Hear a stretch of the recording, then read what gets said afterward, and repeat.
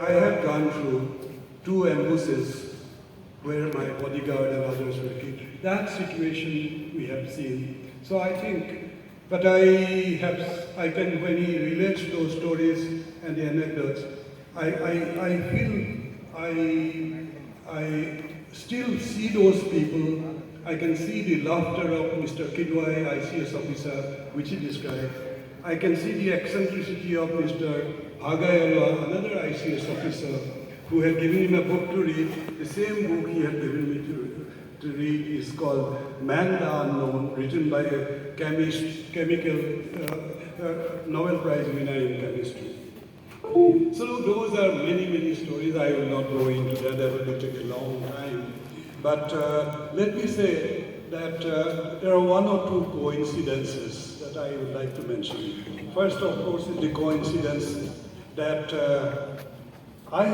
he was the first IAS officer I had met in my life.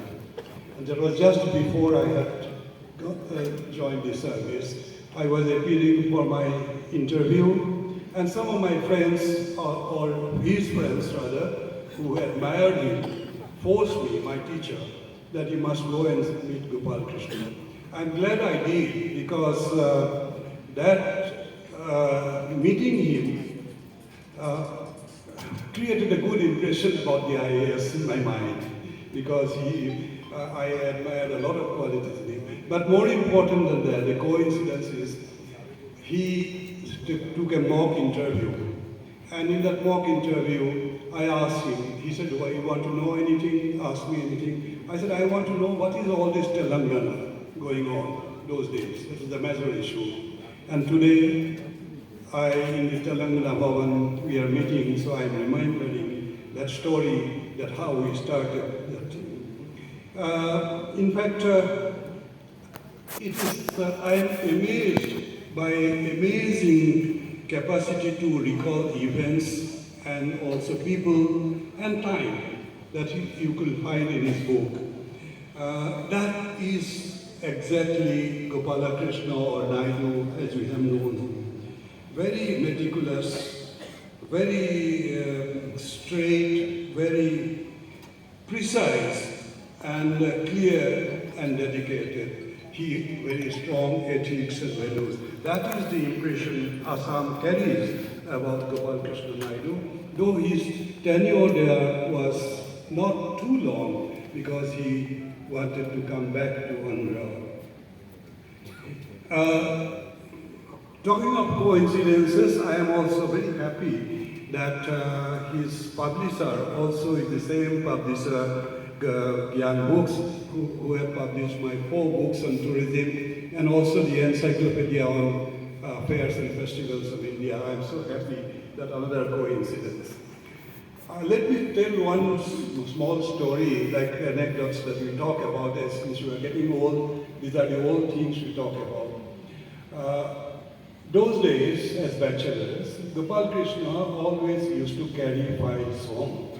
And his peon would very carefully, in a green sheet of cloth, would tie all the files to be taken home, and then that would be placed in. We did not have a car, of course, but things have changed so much. As deputy secretary, we used to walk either or take leave to his friends. I had a car. I had a Fiat car, black.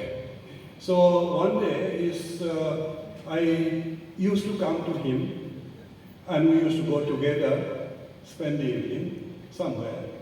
And he said that let me get the files, and asked the peon to put the files in my car, which was a black Fiat. The peon knew the car very well. And we went out, had roamed around, and ultimately I dropped him. And then I opened the dicky of my car, and the files were not there.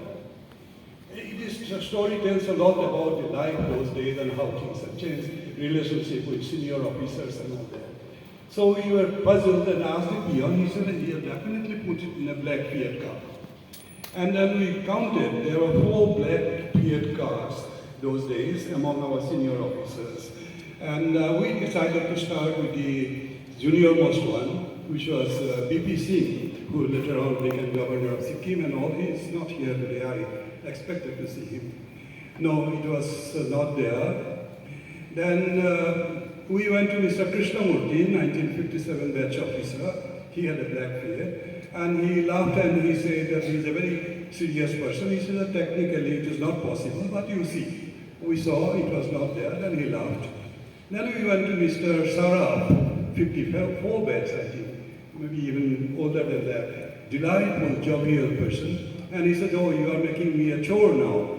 So we said, no, sir, it is not like that. So ultimately we found the files in that car, and he had said, let us have a drink. But unfortunately, both of us don't drink. And so we said, no, sorry, sir. But that shows the type of life we had with friends and relations with the senior officers. Very, very informal, cordial, camaraderie. I used to have a lot of coffee in Gopalakrishanan's place in the evening. I still remember Nagaraj, and I am told Nagaraj has married a Mizu girl, and you have written there, and he started a restaurant. That's good for him, but we are a little worried. We are worried that if he gets married, sorry, Mrs. Naidu, we did not want him to get married because we would lose Nagaraj. So he was a very good cook. But those were the time we had. Another coincidence, serious one of course, I suddenly remember, day before yesterday, and Ramnath Datta, who is here, he would remember, day before yesterday I saw a statement from the Chief Minister of Assam, and he said that I have come to know that for deporting the foreign, illegal migrants coming to Assam, which is a major problem, I will not go into that, great problems. So there is an act which we can use, and we did not go into, we wasted our time in illegal migrants determination by Tribunal Act, which was it. So then I remember that Gopalakrishanan Naidu, much before the ASU had started the agitation in 1978, as a sub-divisional officer in Gwalpara, had used that act, which is the Foreigners Act, to throw out a large number of illegal foreigners in Assam. That had created some problems. He has mentioned some of that, but he used to tell me when we met that I have told these people that go when the going is good. And he had said, maybe after 60 years after that, not a single foreigner has been thrown out of Assam. So I remember those stories also, and how far ahead of time he was. His book is really a good compilation for the history of administrative history of Assam for the period that he was there, and beyond that also. And I think, and moreover, I think it's a very good primer for anyone who wants to join public service, because not only he has written his experiences, for each of the assignments he has got, he has written about 20, 30 of little snapshots of things, how to manage these departments and all that. For example, he talks about the border trouble between Nagaland. That's a very serious problem. Many of us would not know, but that's a very serious problem. He has talked about that and what his role he has played. He has talked about Mizoram.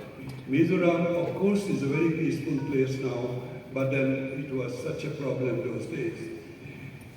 Mr. C. Rangaraj, a very respected economist, and has mentioned in his introduction to the book that it takes care of what you call the changes, how the IAS officers have to manage changes over a period of time. We have seen, Naidu has seen, much changes in that area. Mizoram came a little later, but it was a Rusai Hills those days. Nagaland was formed, Meghalaya was formed, Arunachal became a different state, etc. All these changes has been reflected to some extent and in his book, and more important, a serious reader will find the important elements about the IAS that comes out in that book is that the continuity and stability of the country that the IAS is assigned to preserve. And that comes out quietly and very nicely in the book. The other thing that comes out, he talks about the chief ministers, and other political leaders, quite a lot, and quite a few anecdotes, including the anecdotes about Mahendra Mohan Chaudhary's bus ride and car ride. There are lots and lots of those delightful stories those days.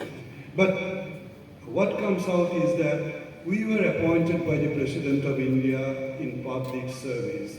And that public service is uppermost in that book.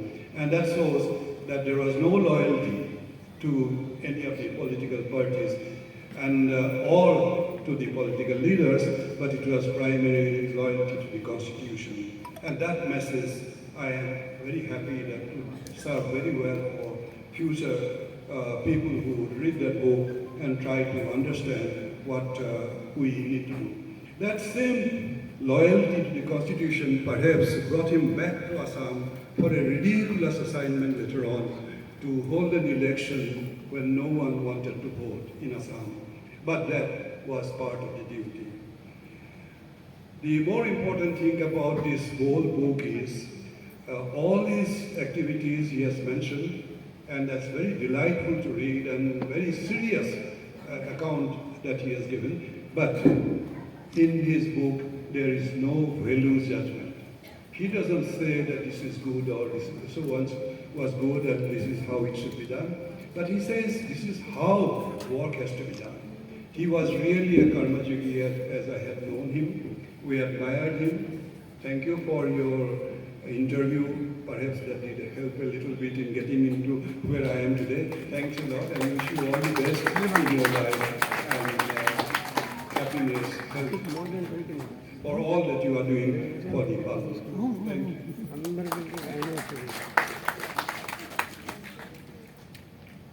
I wanted to finish off the program by 7:40. So after the keynote address by Gopalakrishanan garu, we'll have an address by the chief guest, Ahuja garu. Before that, actually, there are 3 books which will be inaugurated by chief guest, then a speech will follow. Now everybody is hungry, so we have arranged a very good high tea. So you will have actually very satisfied. Because so meticulously said that time is, it will be 7:30, 7:40. Let us arrange a very good high tea, so which they will remember. So now I think it's time for us, for the hero of this function, Shree M.Gopalakrishanan garu, to give his keynote address.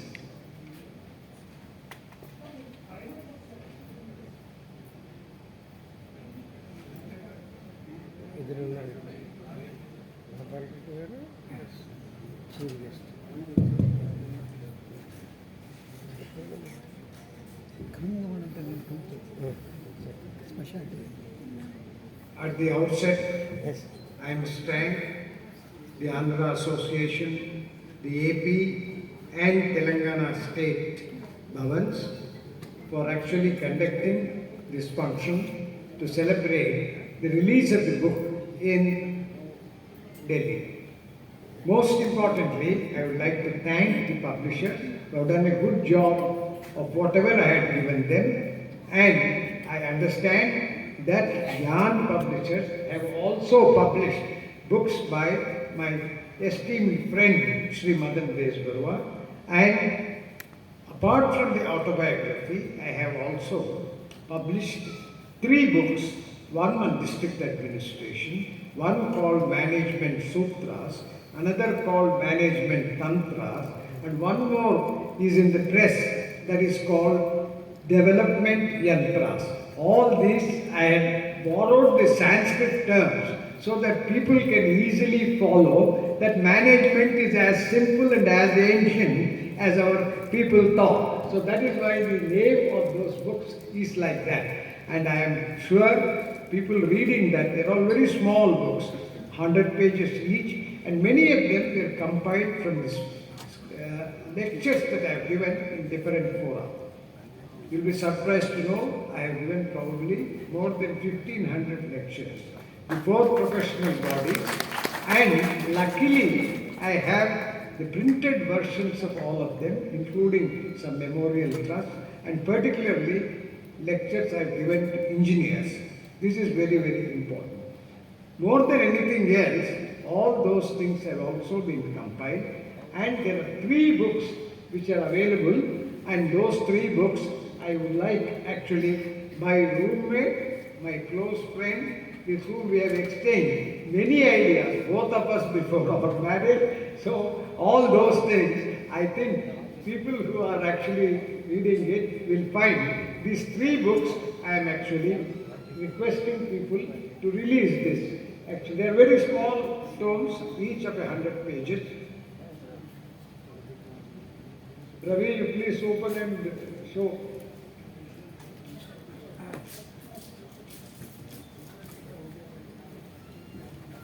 I would also like to say that amongst the audience, I recognize very important people who have helped me to actually build my career and who have actually projected me as a very competent officer.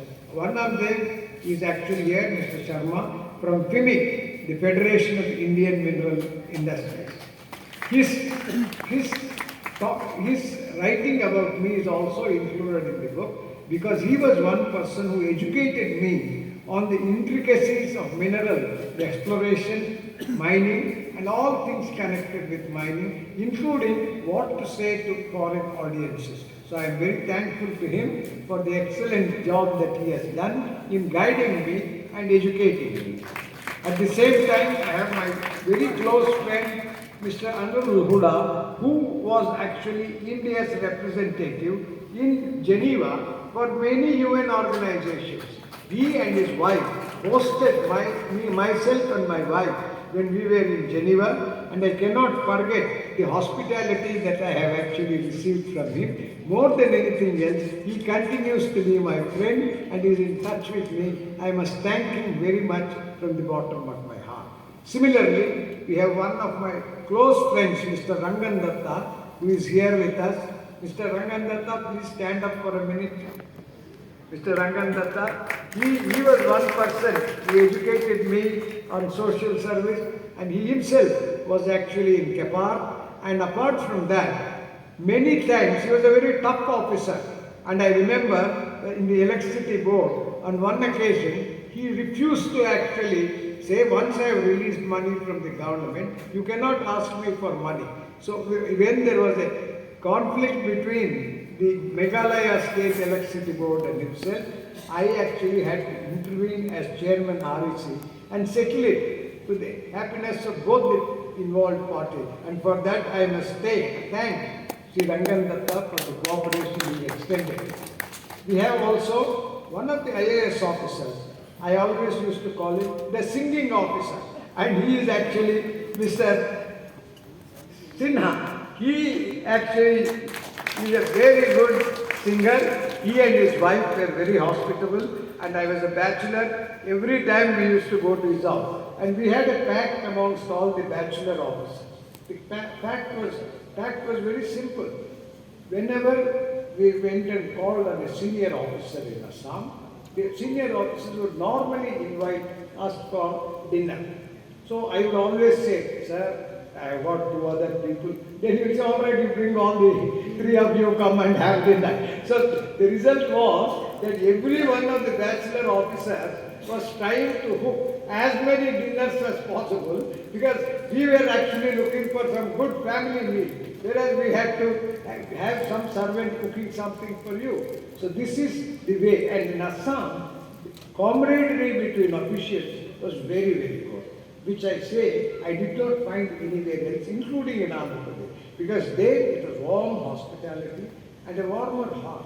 And that is what actually made me like Assam very much, and I have done my best for Assam. And I will just relate one small incident, and that is Mr. Sanjay.